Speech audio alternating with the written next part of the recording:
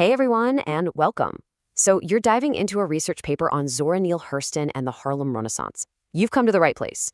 We're about to take what feels like this huge, intimidating challenge and turn it into a really fascinating step-by-step journey.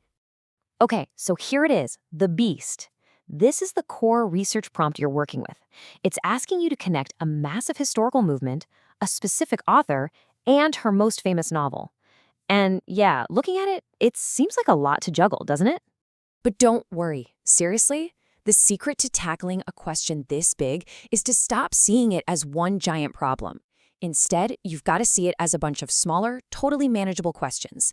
And that is exactly what we're going to do together. All right, let's get into it. Here's our 5-step game plan. First, we'll tear apart the prompt. Then, we'll help you find your focus. After that, we'll explore that central tension around Hurston, link the book to its history, and finally, help you build a killer central argument. Ready? Let's go! First things first. Before you can even think about answering the question, you have to know what it's truly asking. So let's pull it apart and look at all the pieces. So here's what's crucial to get. You're not just writing a paper about a book, and you're not just writing a history report. The prompt is asking you to analyze the relationship between them. It's all about that push and pull, how the novel is a product of its time, but also how it pushes back against the expectations of that time, all seen through the eyes of its main character, Janie. Okay, so now that we get the question, let's move on to step 2. Look, you can't cover everything. That's impossible.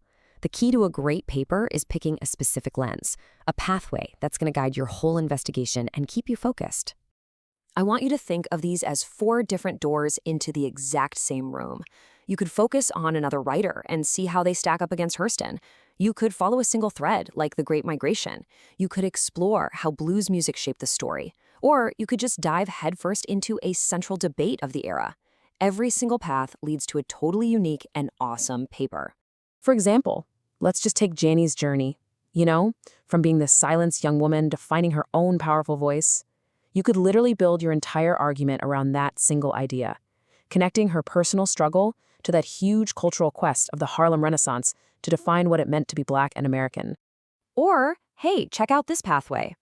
How did Hurston's idea of an independent Black woman, Janie, smash the patriarchal norms of the time? This lets you zero in on gender, comparing Janie's quest for self-realization to the much more limited roles that were often expected of women back then. Now we get to the real heart of the prompt, that core tension. See, Hurston wasn't just some celebrated hero of the Harlem Renaissance. She was also really controversial. She was both a part of her movement and, in a lot of ways, totally apart from it.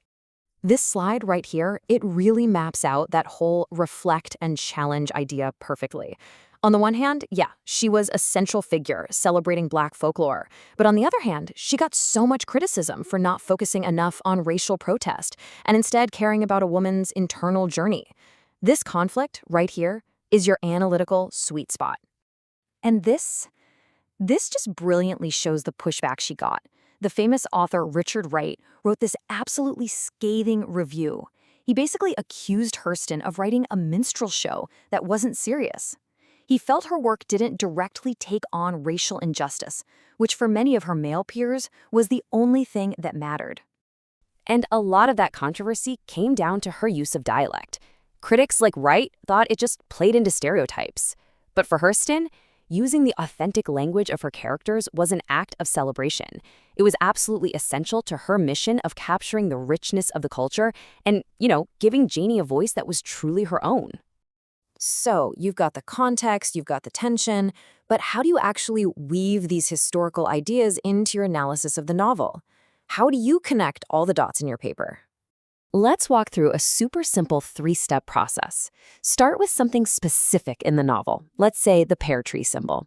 Now connect that to a major theme, which here is Janie's search for a marriage of equals, not just a marriage for security. Then you link that theme to the historical context. See, Janie's dream of a real partnership directly challenged the patriarchal ideals and the very limited roles for women that were common in the early 20th century. And you can use this method for pretty much anything in the book. Use a graphic organizer, something like this, to map out Jenny's 3 marriages. Ask yourself, how does her time with Logan reflect that post-slavery desire for security? How does Jodi's ambition reflect the Harlem Renaissance's goal of Black excellence, but also its kind of patriarchal side? And what different vision does Tea Cake offer? All right, and this brings us to the most important part of your job. It's so easy to just summarize the plot, right? To stay on the surface. But real analysis, the good stuff, happens when you dig deeper by always asking how and why. These questions you see here, they're your tools for that deep dive.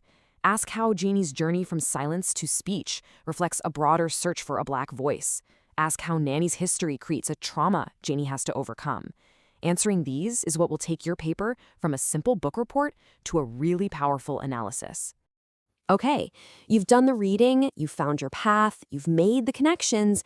Now it's time to bring it all home. It's time to forge all that work into one sharp, powerful, central argument. Just remember, your thesis isn't just a topic. It's your specific, debatable claim. It's the engine that's going to drive your entire paper. It's your one-sentence answer to that huge question we started with. So for this paper, a really strong thesis has to do three things. It needs to say how Hurston aligns with the movement, how she resists it, and, this is the most important part, it has to explain why this matters. What does this whole push and pull reveal about the novel, about the era, and about Janie's quest for herself? This quote from Hurston herself is it's a perfect way to capture one of her most radical ideas. While the Harlem Renaissance was often about defining a collective Black identity, Hurston fiercely defended the importance of the individual.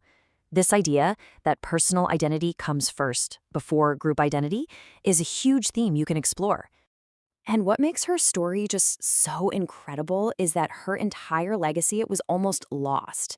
After she died in 1960, she was pretty much forgotten. Her books were out of print. It wasn't until the author Alice Walker championed her work in the 1970s that Hurston was rediscovered and finally put at the center of the American literary canon, right where she belongs. This whole story leaves us with a really powerful question, doesn't it? It took a whole other generation of writers to find and amplify Hurston's voice after it had basically been silenced. And it really makes you wonder, who are the essential artists and thinkers of our own time that we might be failing to hear? Thanks so much for joining us. Now go write that brilliant paper.